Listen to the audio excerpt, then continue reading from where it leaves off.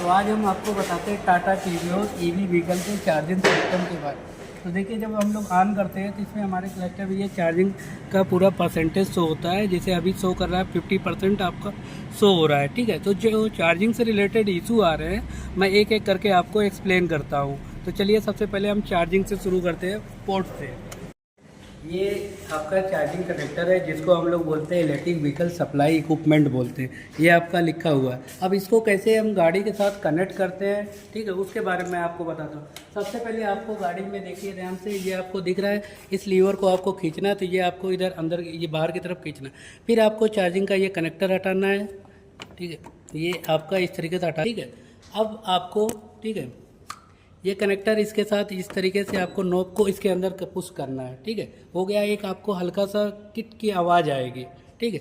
फिर इसके बाद आपको अपने आईटीआई में 3 फेज का कनेक्शन हुआ है वर्कशॉप में को, ठीक है, बोर्ड से कनेक्ट करना। हर आईटीआई को वर्कशॉप में आपको अर्थिंग के साथ आपको सिंगल फेज का कनेक्शन बोर्ड है ये, ठीक है। इस बोर्ड से आपको इसको कनेक्ट करना है। इसमें क्या होता है, एक फेस होता है, एक न्यूट्रल होता है, एक आपका अर्थ होता है, ठीक है। इसको हमको इस तरीके से उसमें वहाँ पे कनेक्ट करना है। जब कनेक्ट हो जाएगा उसके बाद आपको कुछ रीडिंग शो होता है, ठीक है, लाइट की रीडिंग शो होता है, उसको आपको देखना है। वो कैसे होता है मैं आपको दिखा रहा हूँ, ठीक है। तो चलिए मैं आपको लाइट सिग्नल के बारे में बताता हूँ। तो जैसे ये आपको देखिए ग्रीन लाइट दिख रही है, यानी कि लाइट आपकी सप्लाई इसमें आ रही है। इसमें जो सप्लाई आता है वो सिंगल फेज का आपका 220 से लेके 240 तक का होना चाहिए वोल्टेज। अगर इससे कम आता है तो आपको नहीं कनेक्ट कर होगा, नहीं चार्ज। अगर इससे ऊपर आता है तब भी आपको कनेक्ट नहीं करना है, ठीक है। अब ये देखिए एम्बर लाइट आ रही है, यानी कि आपकी क्या हो रही है, इससे चार्जिंग हो रही है।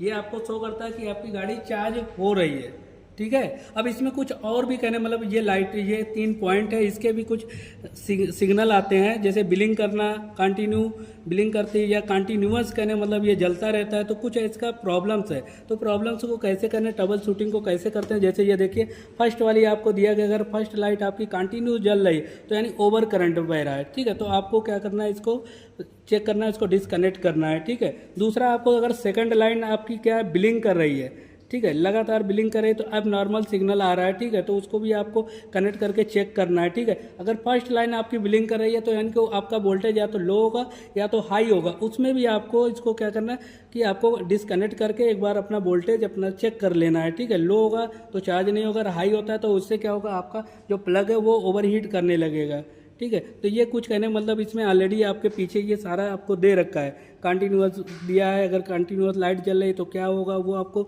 सारा चीज़ दिया। अगर ब्लिंक करता तो वो भी आपको सारा पैरामीटर दिया।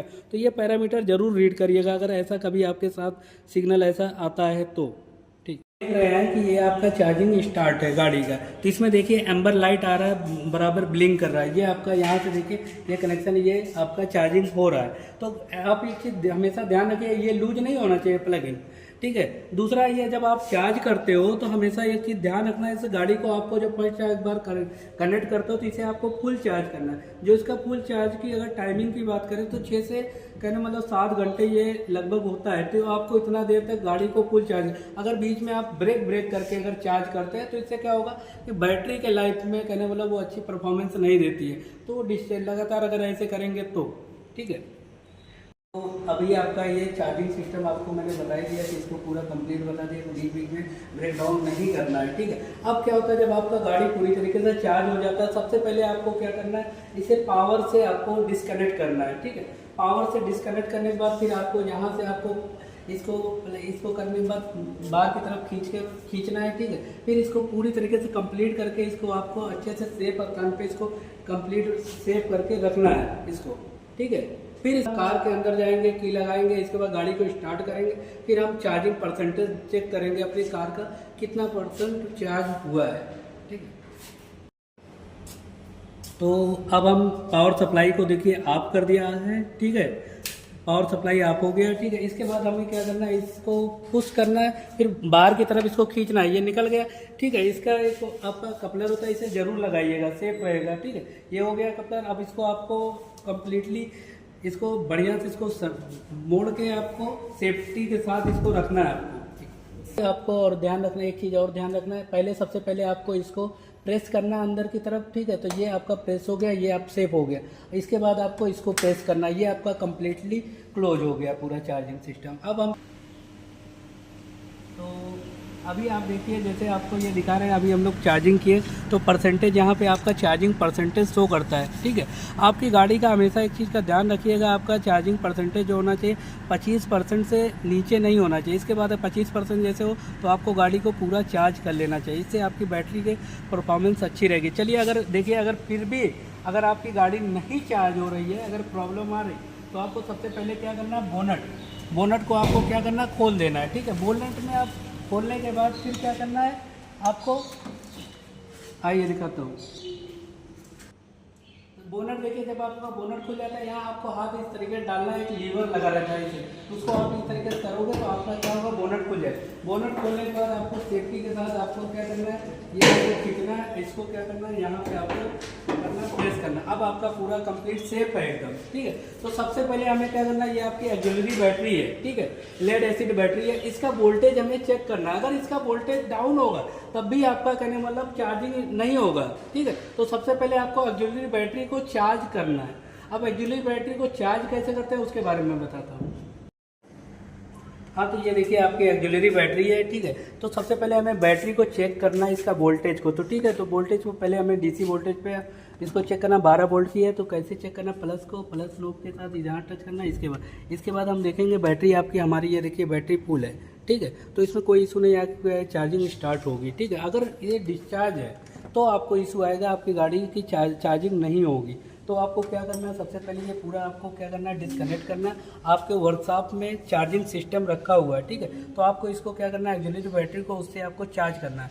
अगर नहीं तो दूसरा भी ऑप्शन इसके पास है, आपको एक फुल चार्ज बैटरी लेना है 12 वोल्ट की, उसको क्या करना है, आपको प्लस टर्मिनल से कनेक्ट करना, नेगेटिव का नेगेटिव टर्मिनल से कनेक्ट कर देना। फिर इसके बाद गाड़ी का आपको करेंगे चार्जिंग, तो आपका गाड़ी स्टार्ट हो जाएगी, चार्जिंग होगा। ठीक है, और दूसरा फिर इसके बाद क्या करना है, जब आप डिस्कनेक्ट करोगे बैटरी को, तो सबसे पहले नेगेटिव टर्मिनल फिर पॉजिटिव टर्मिनल से आप उसे डिस्कनेक्ट कर देना है। ठीक है, ओके।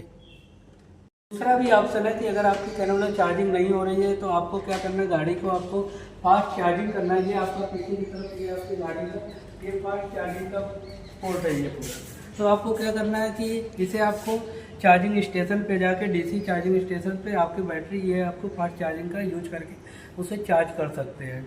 तो देखिए यहाँ पे क्या है कि इमरजेंसी स्विच है, तो इसे कभी आपको प्रेस नहीं करना है। इमरजेंसी स्विच का काम क्या होता है, जो गाड़ी में आपका कोई मेंटेनेंस होता है या कोई पार्ट इक्विपमेंट हम चेंज करते हैं तब इमरजेंसी स्विच का यूज करते हैं। अगर गलती से आपसे इमरजेंसी स्विच प्रेस हो गया तो इमरजेंसी स्विच को आप रिलीज करिए। दूसरा, इससे क्या दिक्कत होगा आपको, वो चीज़ आपके डैशबोर्ड पे हमेशा टूल का रेड सिग्नल आएगा, टूल किट का ऐसे करके आपको रेड सिग्नल आएगा। तो उसे क्या करना है, आपको इग्निशन की को आपको हर 2-3 बार आपको ऑन ऑफ करना है। तो उससे क्या होगा, वो आपका जो सिंबल आ रहा है रेड टूल किट का, वो सिंबल हट जाएगा, जिससे आपकी गाड़ी पुनः ऑपरेट होगी। जब तक वो आएगा गाड़ी आप ऑपरेट नहीं कर सकते हो, ये दिक्कत होता है। इसलिए आप इसे कभी भी इमरजेंसी पुश मत करिएगा। जब आपको कोई इक्विपमेंट चेंज करना हो तभी आप इसको पुश करिएगा। ठीक हो।